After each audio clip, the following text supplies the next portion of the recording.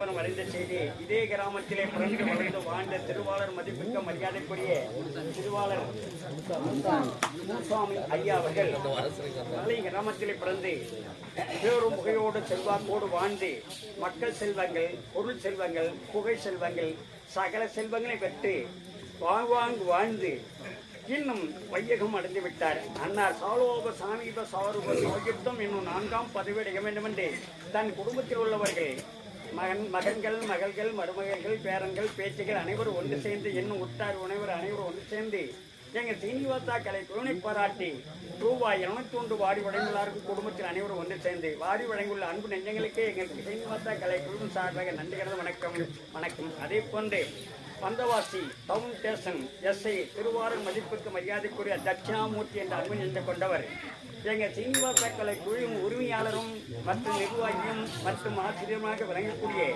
இங்கே குப்புசாமி ஐயா அவருடைய குமாரனாக விளங்கக்கூடிய சீனிவாசனை பாராட்டி ரூபாய் 1001 வாடி வழங்கியுள்ளார்கள். தட்சிணாமூர்த்தி எஸ் ஐயா அவர்கள். ஐயா அவருக்கு எங்கள் சீனிவாசா கலை குழு சார்பாக நன்றி கலந்த வணக்கம்.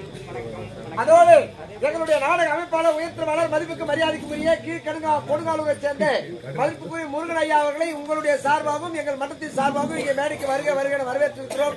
அண்ணவருக்கு உங்களுடைய சார்பாகவும் எங்கள் நாடகத்தின் சார்பாகவும் இந்த கைத்தறி ஆடை பொன்னாடையை அணிவித்து ஐயாவை கௌரவிக்கப்படுகிறது. அதோடு இந்த மலர் மாலை பொன் மாலையை அணிவித்து நாங்கள்